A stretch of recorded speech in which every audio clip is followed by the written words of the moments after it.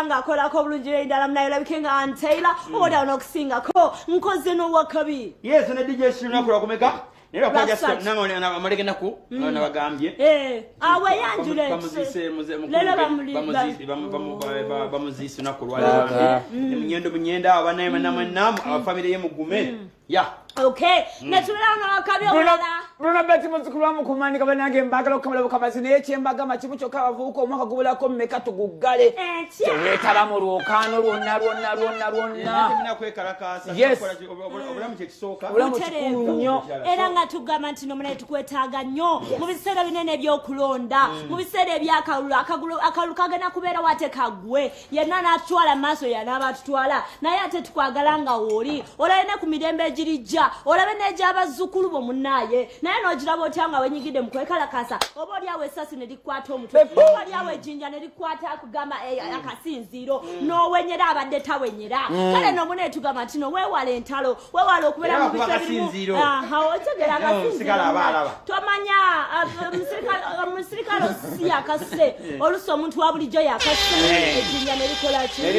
likukwata n'olw'ensonga muganda wange faayo nnyo eri obulamu bwo n'obwange n'obwoli n'obwa munno buterevu ababigamba bannaffe abagatiramu aba Netherlands multi-party democracy bagamba kino munaye wekuume bakwagala oli wa munaffe ababukere TV ne twongera okukikkaatiriza n'okukinyikiza nti tukwagala oli mulamu olunaku olw'enkya 31st asatu mulomo kacyankalano mubimanya ebipiira byetwayekyanga katuyimba ebikubya kibooko kati baletawo fireworks nga tugenda nga wali enambole mama nga pastor Serwadde atutwala mu kusaba buli Pastor Pastor Justin Katende right now she's in UK.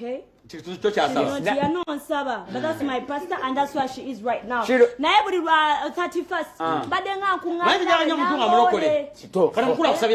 nambole Shiro pastor we yayi. Kuzize bintu bitali kumulamu ashiri. Kale nsirise. Shiro pastor we yayi. Tugenda naye. Amatukutugere. Kanjoge nono. Kwata ne mose kwata. Wato ina musumba. Shiro. Taina na seka amukulembera. Seka. Kula gongo sala. Toina imam chia kulembera. Imam chia kulembera. Ano ngoze nyini imam nzeke nyini. Ochirala katogena na muntu mukyamba. Naye mwababadde bakimanya. Ola pastor wavano banga kyasaba. Muna yensaba. Yogera nanga ina moyo. Galangeri nasana. Munayo mwana wa tata nga tubeerawo tuba tugenda oyingira sawo mukaga nga tusaba nga tukutula. Yesu ugembe pastor ne ugembe bisoni. Katika tugenda kumulamba kubanga tulaga. Awatufu ogwawa. Kuononera ddala. Tugenda kumulamba. Anatoka mfano malata manye bya mugwako shehi wa kaso. Ajabu mfano wa. Bashirwe bale kulokoka mkwana. Anada. Muimanye. Shiro tanaera. Tero liwa watu. Olaba nesulise. Era nyimiri. Amatugenda antugenda gomo antugenda. Manyo baguna.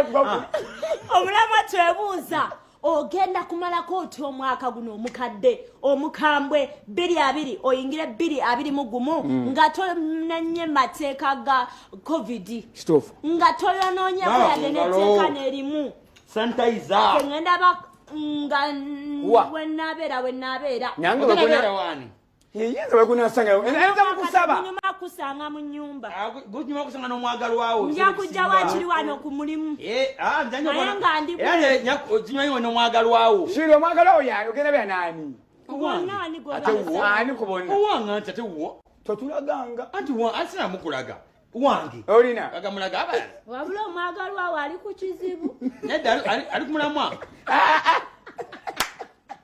I can just imagine. Anyway, what mkono gumama gwafe gugamba katisoke tugukuwe kubanga tuna mbinji olina kwero tuna ebira bya Go TV tuna omwami Kamoga agenda kuyitamu Kamoga property consultant tuna binji nyo tuna akachai Bruno Betty yatudedda no rensonge kateme kubalwisa wonyo tubatwale direct gudogwe mulamwa twebuza ntino ogenda kuyingira otya omwaka 2020 nga tomenye teka ya denerimu elia COVID-19. Eno program akansanyo